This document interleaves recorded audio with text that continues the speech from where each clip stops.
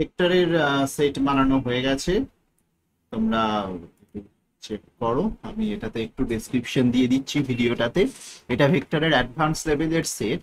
9-10-এর অ্যাসপিরেন্টদের এটা করার দরকার নেই, তাদের জন্য আমি এটা দিয়েছিলাম অলরেডি আগেই। তো এটা শুধুমাত্র 11-12-এর অ্যাসপিরেন্টরাই দেখবে। এটাতে সব মিলিয়ে কোয়েশ্চেন আছে 30টা। কি কি আছে? এই প্রথম দিকে বেসিক ডট প্রোডাক্ট কস্ট প্রোডাক্টের প্রশ্নই আছে, একটু হয়তো শক্ত হতে পারে। আচ্ছা, আরেকটা কথা হচ্ছে যে তোমরা অতি অবশ্যই হচ্ছে যে ভেক্টরের প্রথম প্রবলেম সেটটা অ্যাটেন্ড করবে।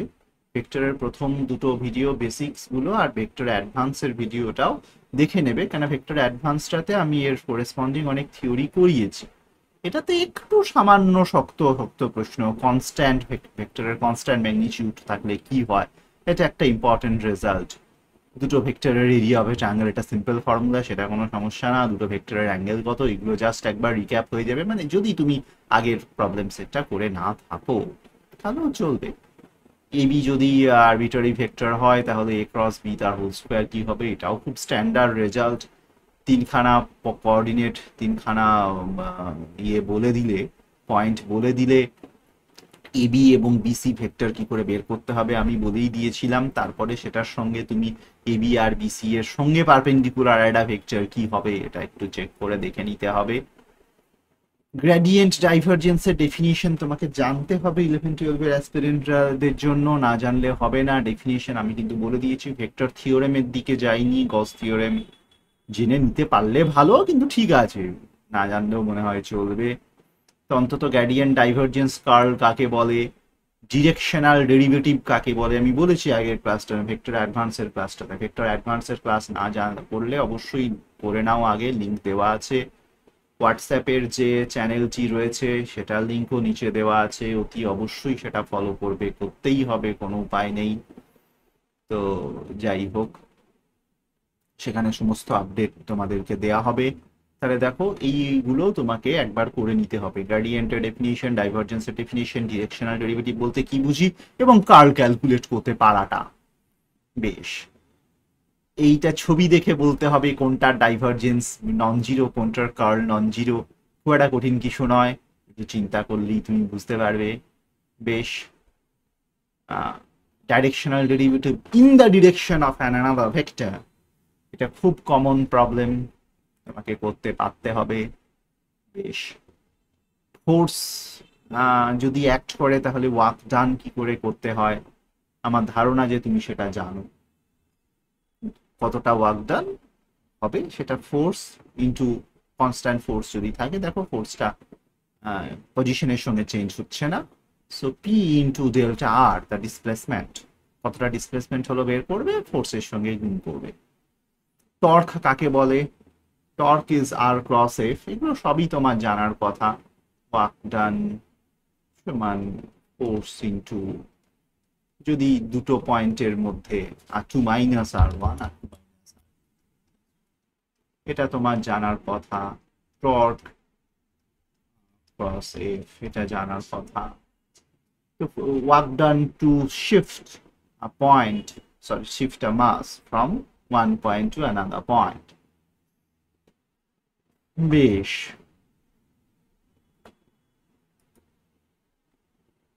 তো যাই হোক, এইবার হচ্ছে টর্ক করে ফেলবে। এটা একটা আইডেন্টিটি, আমি ক্লাসে বলেছিলাম, জানতে পারলে ভালো, না জানলে চেক করতে পারো, জানাটাই দরকার।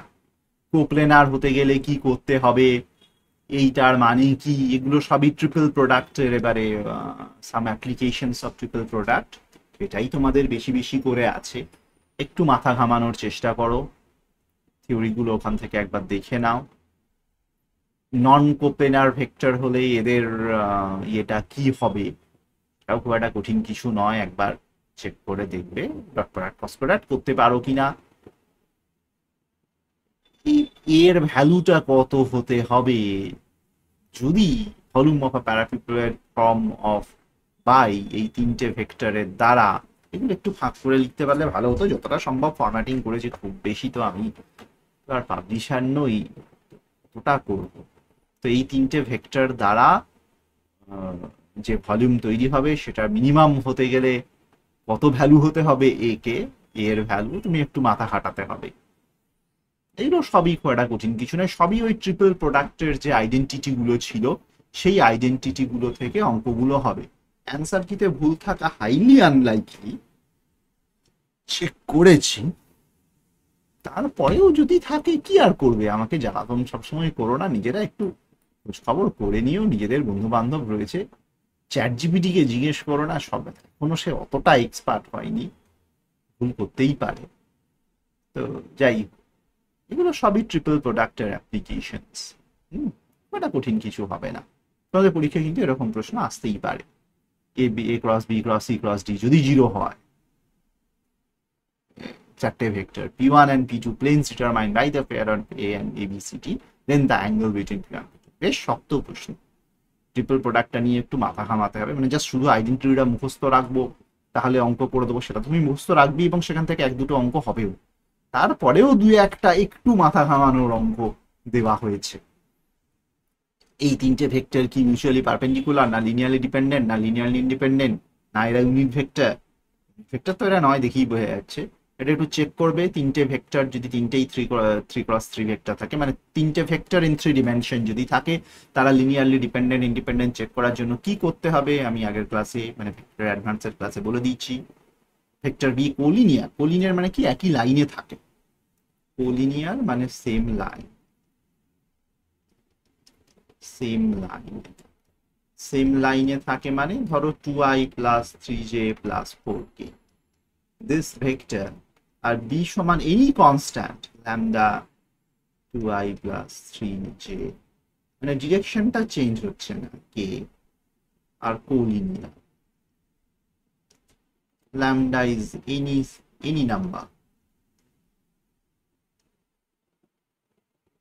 pl কমপ্লেক্স যাই হোক, মানে any স্কেলার আর কি,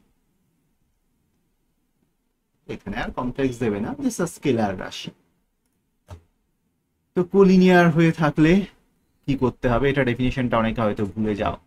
a cross b cross c যদি সমান হয় হাফ অফ b, তাহলে b and c being non collinear, non parallel, then এদের মধ্যে অ্যাঙ্গেল কত হবে। একটু চিন্তা করতে হবে, ক্রস প্রোডাক্টটাকে ভাঙতে হবে, a cross b cross c, b into a c minus c into a b back minus cap.